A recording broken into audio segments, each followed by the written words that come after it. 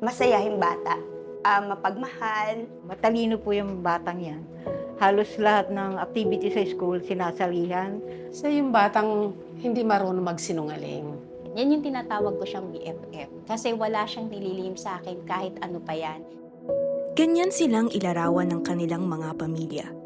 Sino ang mag-aakala na ang mga batang puno ng pangarap ay masasadlak sa isang madilim na hinaharap? Si Louvain, masayahin na bata. Laging nakamama, mama, ayaw humiwalay sa family. Laging nakabanding sa mga kapatid niya, sa amin. Si Lori B, bago pumasok sa sa PUP, mabait naman at meron siyang pangarap. Masunuri naman siya. Tsaka meron silang banding magpipinsan. Kumakanta, yung nag-worship. Masarap po siya tumawa, malutong tumawa, masayahin, matalino. Tsaka yun po, consistent honor student po siya. Athlete po rin po siya, nakarating na po siya ng palarong pambansa. Ang kanilang mga musmos na kaisipan, inabuso at pinagsamantalahan ng mga grupong akala mo ay tunay ang layunin sa pagtulong.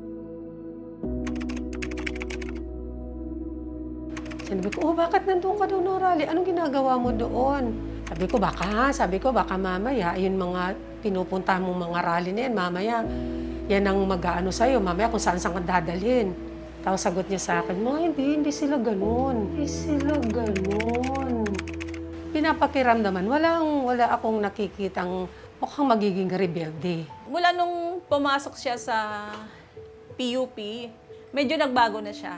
Umuwi na siya minsan ng 10, 12, minsan din na siya umuwi. Nagkwento siya sa akin, ma'am, nung nagkausap na kami ulit nung nawala siya. Bumaba talaga siya. Alam mo bakit? Kasi ang hindi niya kayang gawin doon sa bundok ay ang kumain ng unggoy. May nakita ko siya, dugyot, maitim. Niyakap ko agad siya, tapos kukuhain siya ng kasamahan niya na Sabi ko, huwag kang makialam, ha? Anak ko yan. Kinuha ko siya, iyak siya ng iyak, parang ayaw pang sumama. Imagine mo yun na 16 years old na laging mama. Tapos biglang isang saglit, ayaw na sa'yo sumama, napakasakit. Dati pag umuwi siya, kwento yan, lahat. But may time na pag uwi niya, tahimik siya. Tapos may time na may bit-bit na siya ng puro paranilya. Libro ng komunista. Alam mo yung magdamag ka na lang umiiyak. Kasi hindi ko na makontak eh. Nag-iiyak na ako, nag-rosaryo na ako. Ando na yung takot mo, baka kung ano nangyari sa anak mo. Anong klaseng kinabukasan pa ba ang naghihintay sa kanila? Sabi ko, tawagin niyo yung anak ko, nandito ako. Bumaba yung anak ko, ma'am. Siyempre, una, tanong mo sa anak ko, bakit hindi ka umuwi? Nag-aalala ako. August, ma'am, nagpaalam siya sa akin ng 1 week. May raw sila sa journal, training, 3 days. Yun alam ko, activist. Pero ang alam ko, hindi namumundok.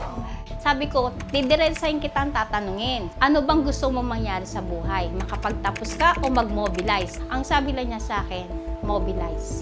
Sabi ko, walang mararating yan. Ayun, nakita ko siya. Niyakap niya ako, tapos nagyakapan kami, umiyak ako. Tapos sabi niya, dinala niya ako doon sa loob ng PUP. Ang nasabi lang po niya sa akin ay, nililitag ko daw siya, pero hindi yun. Iba't iba man ang kanilang mga pinanggalingan, iisa ang kanilang panawagan. Tama na yung pagpapanggap, yung sinasabi ninyo na walang koneksyon. Kami ang buhay na patunay, marami na rin mga patay na patunay. Hindi namin kaya na may mga tumatangis na magulang, hinahanap ang kanilang mga anak. Walang hahanap sa anak niyo kundi kayo lang. Hindi pa kami nakaluksa ng tama. Sabi ko, magluluksa kami pag dumating na si Bras. Hindi biro yun sa pamilya. Kaya niisip ko, bakit hindi gawa ng paraan ito ng gobyerno? Actually, hindi madali. Kasi despite the fact na sundalo ni anak ko, may mga pagkakataon talaga na gusto ko nang huminto. Pero every time na hihinto ako, may mga magulang na hihingi ng tulong. No matter what it takes, andito sa mama.